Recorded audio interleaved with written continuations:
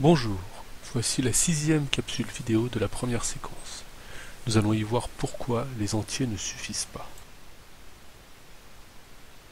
Il est tout à fait légitime de se poser la question de savoir si les nombres entiers peuvent être suffisants pour décrire l'ensemble des situations où nous avons besoin de nombres. Considérons le problème suivant. Comment mesurer la longueur d'une corde, comme par exemple celle-ci, en prenant pour unité un bout de bois, comme par exemple celui placé sous la corde. Il semble naturel d'essayer de compter le nombre de bouts de bois que l'on peut aligner. Ici, nous remarquons qu'il en faut plus de 5, mais moins de 6. Essayons d'être plus précis. Pour cela, il faut diviser le dernier bout de bois en parties égales, par exemple 10. Nous voyons alors que la corde va jusqu'à la 4e marque. La corde mesure donc 5 bâtons et 4 dixièmes de bâton. Passons à la partie court du cahier. Grand 3, des décimaux pour mesurer. Petit 1, pourquoi les entiers ne suffisent pas? Pour mesurer une longueur ou une masse, on peut rester avec les nombres entiers. Il suffit pour cela de se donner la bonne unité. Mètres, kilomètres, milligrammes, etc. Mais par moment, on doit partager l'unité choisie en un nombre de parties égales. Par exemple, pour compter de l'argent en euros, il faut bien diviser l'euro. Ou bien encore pour lire l'heure. On parle de quart d'heure, de demi-heure, etc.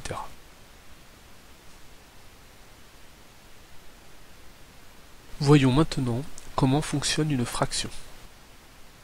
Une fraction est composée de deux nombres entiers placés l'un en dessous de l'autre et séparés par un trait horizontal.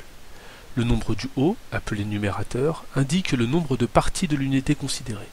Celui du bas, le dénominateur, indique en combien on a partagé l'unité. Comme le logiciel ne permet pas d'écrire les fractions, le trait horizontal sera remplacé par un slash. Voyons un premier exemple. La fraction 3 sur 4, qui se lit 3 quarts, indique que l'on a partagé l'unité en 4 et que l'on s'intéresse à 3 de ses parts.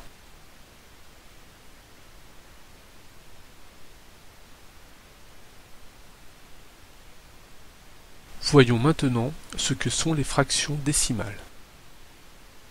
Une fraction décimale est une fraction dont le dénominateur est égal à 10, 100, 1000. Quand on additionne un nombre entier et des fractions décimales, on obtient un nombre décimal. Étudions 4 exemples. 7 unités plus 4 dixièmes plus 3 centièmes peut s'écrire aussi 7 plus 4 sur 10 plus 3 sur 100. C'est donc un nombre décimal dont la partie entière est égale à 7 et la partie décimale est égale à 4 dixièmes plus 3 centièmes, ou bien encore 43 centièmes. Une fraction décimale est aussi un nombre décimal. Il a simplement une partie entière égale à 0. Par exemple, 7 sur 100 est égal à 0 plus 7 centièmes. Un entier est un nombre décimal dont la partie décimale est tout simplement égale à 0. Par exemple, 9 est égal à 9 plus 0 dixième. Tout nombre décimal peut s'écrire sous forme d'une fraction décimale. Pour cela, il suffit de compter le nombre total de parties les plus petites.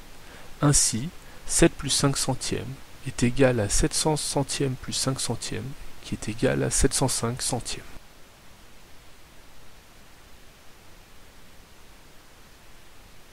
Voyons maintenant comment écrire autrement ces nombres. La virgule permet de simplifier l'écriture décimale d'un nombre. Regardons cela sur un exemple. 7 plus 4 dixièmes plus 9 centièmes peut s'écrire 7,49.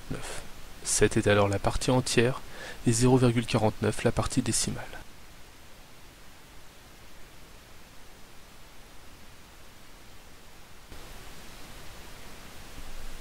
N'hésitez pas à suivre la classe inversée au travers de YouTube, Google+, Twitter ou bien encore Facebook.